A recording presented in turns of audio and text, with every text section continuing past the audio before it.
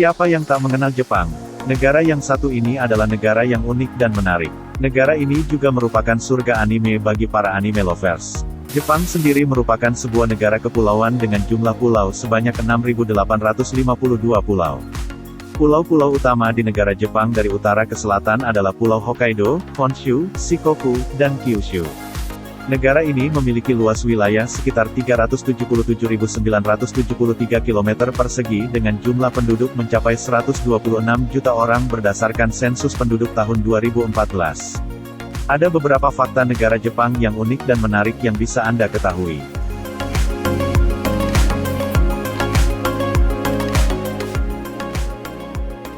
Inilah 7 keunikan budaya Jepang yang takkan bisa kita temui di negara lain. Tapi sebelum kita lanjut ke pembahasan, silahkan bantu channel ini dengan tekan like, subscribe dan tekan tombol lonceng agar kalian tidak ketinggalan dengan info-info menarik lainnya.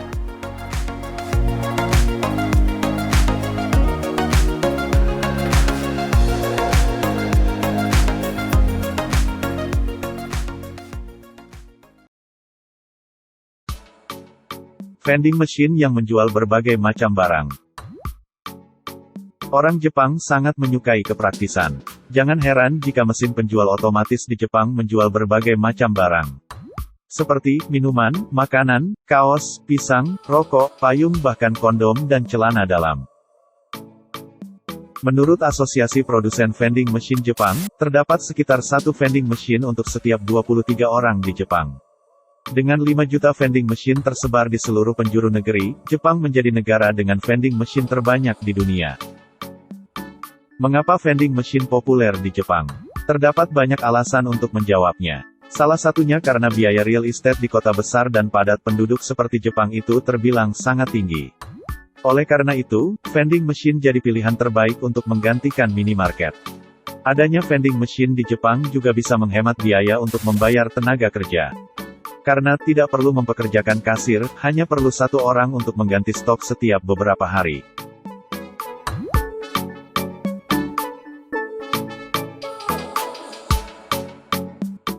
Pemandian umum, onsen. Di Jepang, pemandian umum yang disebut sento dapat dengan mudah ditemui. Sento ada di kota, desa, dan di penginapan seperti hotel atau resort. Kebanyakan turis banyak yang keliru menyebut sento dengan ofuro. Pada pemandian umum atau sento biasanya ada bak mandi air hangat yang dapat dipakai beramai-ramai. Negara Jepang memiliki banyak gunung vulkanik yang memasok air panas ke lebih dari 20.000 onsen di seluruh Jepang. Fasilitas onsen biasanya paling banyak ditemukan di area onsen. Terdapat 5 area onsen yang terkenal di Jepang yaitu Hakone, Kinugawa, Beppu, Wakura, dan Dogo. Selain onsen, di sana terdapat juga banyak fasilitas penginapan gaya Jepang yang biasanya memiliki fasilitas onsen pribadi milik penginapan. Salah satu tipe onsen yang terkenal adalah Rotemburo atau onsen outdoor. Di Rotemburo, Anda dapat menikmati sensasi berendam air panas dikelilingi oleh alam yang indah.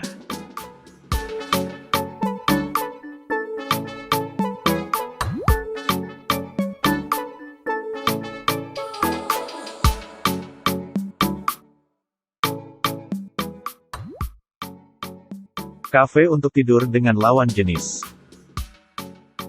Distrik Akihabara di Tokyo terkenal dengan Maid Cafe, kafe yang pelayannya terkenal cantik dan seksi. Ada lagi namanya Soineya, suatu kafe yang menyediakan kasur dan menyewakan teman tidur wanita. Tapi ingat, bukan untuk seks. Di Longok dari situs Soineya, kafe ini berada sekitar 3 menit berjalan kaki dari stasiun Akihabara. Berdiri sejak tahun 2012 silam, Soineya menawarkan paket tidur bareng wanita. Namun ditegaskan, wanita di sana hanya sebagai teman tidur saja dan tidak ada unsur seks. Tarif untuk tidur bareng di sana mulai dari 3.000 yen atau sekitar 310.000 per 20 menit. Tarif yang paling mahal adalah tidur selama 10 jam dengan tarif 50.000 yen atau sekitar 5,1 juta rupiah. Soineya pun menawarkan kegiatan lain bagi para turis yang datang. Selain tidur, ada paket memeluk teman tidur wanitanya dan mengelus-elus rambutnya yang masing-masing seharga 1.000 yen atau sekitar 103.000 untuk 3 menit. Bahkan, terdapat paket untuk saling menatap mata dengan harga yang sama tapi hanya 1 menit saja. Tempat tidurnya sendiri dilengkapi kasur yang empuk, bantal, boneka dan pencahayaan yang remang-remang. Para wanitanya pun berpakaian seksi. Ada-ada saja ya.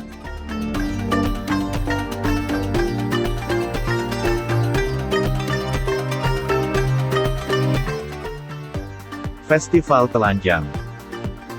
Jepang memang memiliki perayaan atau festival aneh dan tidak biasa, salah satunya adalah Festival Hadaka Matsuri menyimpan sederet keunikan.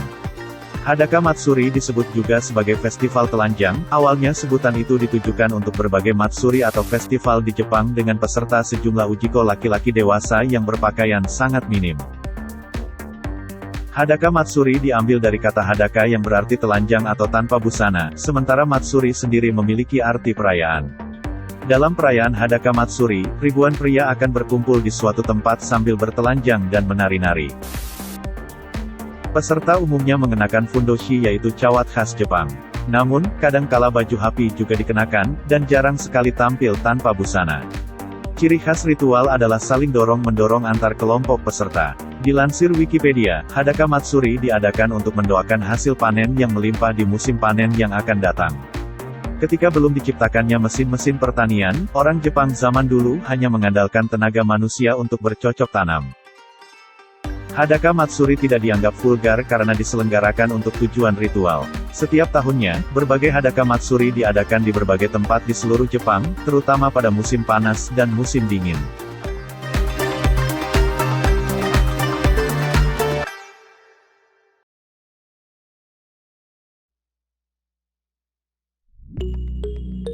Tas kotak randoseru untuk anak SD. Randoseru adalah sebuah ransel yang terbuat dari kulit hewan atau bahan sintetis mirip kulit hewan, yang umum dipakai di Jepang oleh anak-anak SD. Biasanya, ransel tersebut diberikan kepada seorang anak pada permulaan atau tahun pertama sekolah, di mana anak-anak memakai ransel yang sama sampai kelas 6. Penggunaannya sendiri adalah sebagai wadah menyimpan berbagai peralatan sekolah. Bentuknya sendiri berubah-ubah dari masa ke masa. Awalnya bentuk dari tas anak sekolah di Jepang ini menyerupai raksak hingga akhirnya berbentuk kotak masif layaknya sekarang ini. Yang perlu diketahui adalah umumnya tas ini memiliki harga yang mahal, sehingga hanya kebanyakan anak-anak kota saja yang memilikinya. Dikarenakan tergolong sebagai barang yang mewah, tentu saja hanya segelintir orang yang bisa membawa randoseru ke sekolah. Untuk kebanyakan anak-anak di desa kebanyakan masih menggunakan furoshiki atau yang lebih diketahui bentuknya seperti kain segi empat layaknya syal, hingga pada akhirnya ada peraturan dari pemerintahan Jepang yang mewajibkan siswanya untuk menggunakan randoseru sebagai wadah peralatan tulis mereka. Perancang dari randoseru sendiri memang memiliki teknik perancangan yang khusus. Bahkan dalam konsep pembuatannya sendiri diterapkan konsep pengetahuan mengenai bentuk tubuh manusia, sehingga dalam penggunaannya akan tetap aman nyaman serta tidak ada efek samping yang negatif untuk digunakan oleh anak-anak.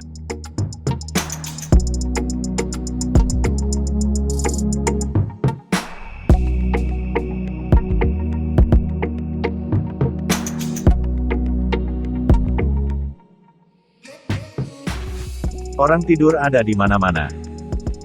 Saat berkunjung ke negeri Sakura, Anda jangan terheran bila melihat orang-orang di sekitar malah tertidur, terutama di tempat yang tak biasa seperti di jalan umum. Di sana, karena tingkat kesibukan mereka yang tinggi, mereka tak ragu dan segan untuk memaksimalkan setiap waktu yang ada untuk istirahat. Terutama di kendaraan umum seperti kereta. Jika di Indonesia kita akan was-was jika tertidur terlalu pulas di kendaraan umum. Sementara, Jepang yang terkenal dengan keamanannya ini memberikan kenyamanan untuk para penduduknya untuk tertidur di kendaraan umum. Jadi, jangan kaget jika Anda menemukan banyak orang tertidur di kereta. Bahkan, di kantor pun juga ada yang tak melarang untuk para pegawainya tidur di sela jam kerja. Jika pegawainya tidur di sela-sela jam kerja, itu tandanya mereka sedang kelelahan karena bekerja.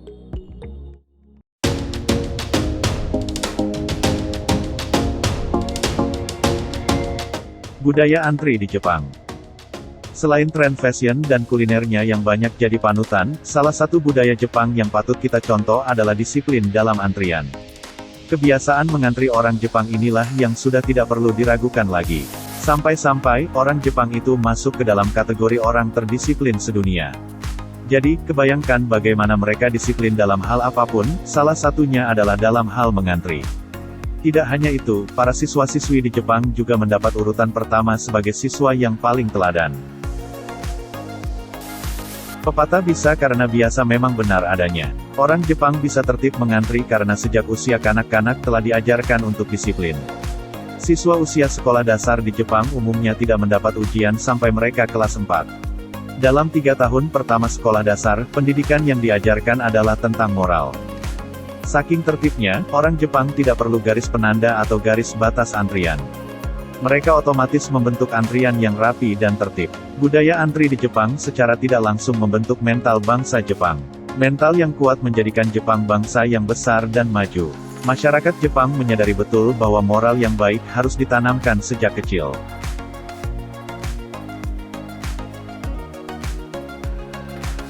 Itulah beberapa keunikan Jepang yang tak akan pernah kita jumpai di negara lain. Terima kasih sudah menonton video ini. Sampai jumpa di video unik selanjutnya.